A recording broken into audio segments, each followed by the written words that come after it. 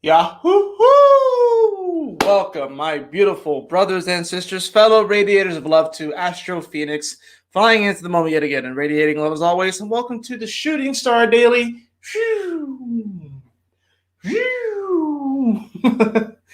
For March 19th of 2020. I appreciate you all joining me on this video, and we are on the last day of Pisces. The sun is at 29 degrees of Pisces, meaning that we're about to come into the new astrological year. It's interesting how you don't see parades around this time, fireworks, celebrations. And of course, this year is a little unique because we have this pandemic going around, right? We won't sugarcoat it. But even before this, we don't really celebrate the new year around this time. We celebrate it in the middle of winter, in the middle of Capricorn season, which seems to be odd. Why would we celebrate a new year, which means springing forward and creating newness, in the middle of winter? Why would we do that? But we do it. And because of that, a lot of people are very off. And a lot of people don't really ever get to realize and actualize their New Year's resolutions because they celebrate it in winter instead of going into the spring. I just went outside and there's like pollen everywhere right now. Things are blooming. Things are springing forth. It's getting warmer outside. The sun is shining. So on this last day of Pisces season, as we're dealing with the current events, it's very important to realize that we are heading into new and fresh energy. The sun coming into Aries, it's going to be occurring while the moon is in Aquarius, making a square over to Venus. And I talked about this in my Flow and Sacred Transit weekly astrological report. So go check that out on my channel. And how important this transition of Thursday and of Friday is going to be, and how you should really pay attention to your dreams, because they're going to be really indicative of how this year is going to go. But I do want to say something in this video. I've seen a lot of people that have underestimated what's going on right now in the world, especially people within the spiritual New Age community. I've seen a lot of people kind of scoff at what's going on right now and are underreacting. Now, I'm not saying that the overreaction is entirely warranted, because I do think that there are some people out there that are very much so overreacting to the point where it's hurting their fellow brothers and sisters. But I don't think underreacting is important either. I don't think underreacting is what we should be doing either, because I think we are all faced with a serious situation. And it's not the virus itself. It is the repercussions of what this is going to do to society. And what I have come to feel and just intuit is that at the end of it, all we have really is each other. That's all we have. And you are the way that you treat other people. You're not your car or your house or your job or how much money you make. You are the way that you treat other people. That is who you really are.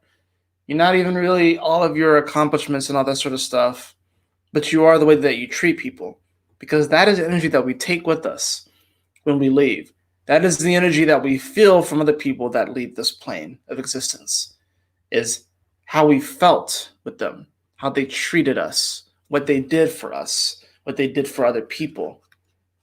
So right now, a lot of people are kind of faced with these situations where they're wondering potentially where the next meal is going to come from, if they're going to be able to make their bill payments and all that sort of stuff. And it's going to cause, quite frankly, the financial collapse. You can already see it happening. But after all that collapses, what do we have left but each other? Because that's all we're going to have is each other. So it's important to treat each other and ourselves with unconditional love, respect. It's important to do that, and compassion.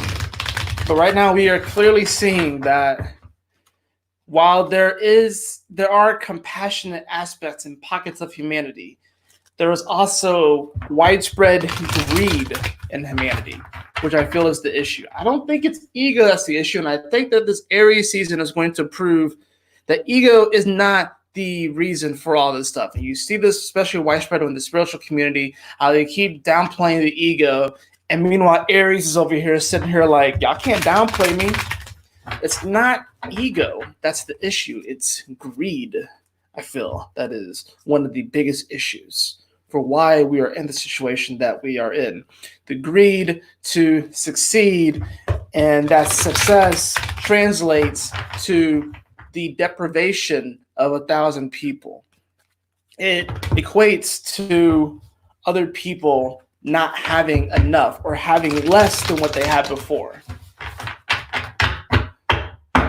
At the end of the day, we have each other, and that's what we should really focus on. So on this last day of Pisces season, going into Aries season, know that we are going through a major transformation and a major shift point coming into the new astrological new year, and we are heading into fresh energy, despite the fact that things seem crazy right now. So pay attention to what goes on today. Pay attention to your dreams going into tomorrow, because there really are, like I said, going to be indicative of the energy that you're going to be carrying with you throughout this year. The card that I have is the card of magic. The card of magic.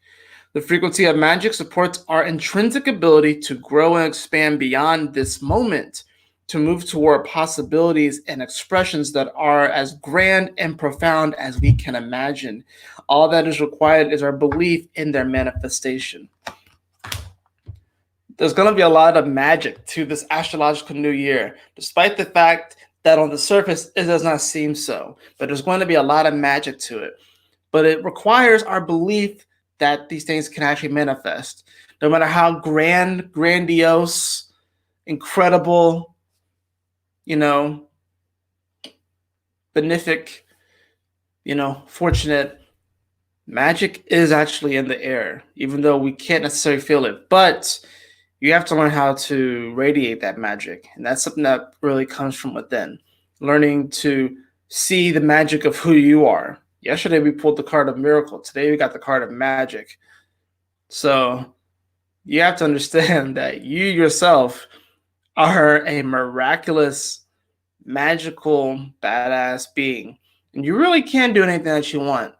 And I know it seems a little hard right now. And I think a lot of us are being humbled right now. But the truth remains is that we are all magical beings, and we can create this world in any way that we see fit. Right now, we can clearly see that's not fit for a lot of people. So let's work towards making it fit for everybody. That's going to be it for your video today. I hope that you all enjoyed it. If you did, please like, share, and subscribe. I would greatly appreciate it.